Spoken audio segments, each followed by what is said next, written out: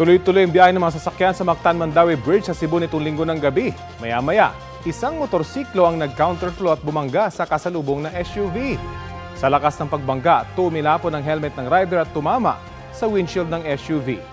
Agad dinala sa ospital ang rider na nagtamo ng mga bali sa katawan, pati ang sugatang pasahero ng SUV. Damay rin sa aksidente ang isa pang motorcycle rider na nakasunod sa sasakyan. Ayon sa driver ng SUV, hindi na sila magpapabayad sa nakabangga sa kanilang likuran. Hindi pa rin daw nakakapagpasya ang kanyang amo kung sasampahan ng reklamo ang nag-counterflow na motorsiklo. Sa ngayon, inaalam pa ng pulisya kung nakainom ang nag-counterflow na motorcycle rider. Wala pa siyang pahayag.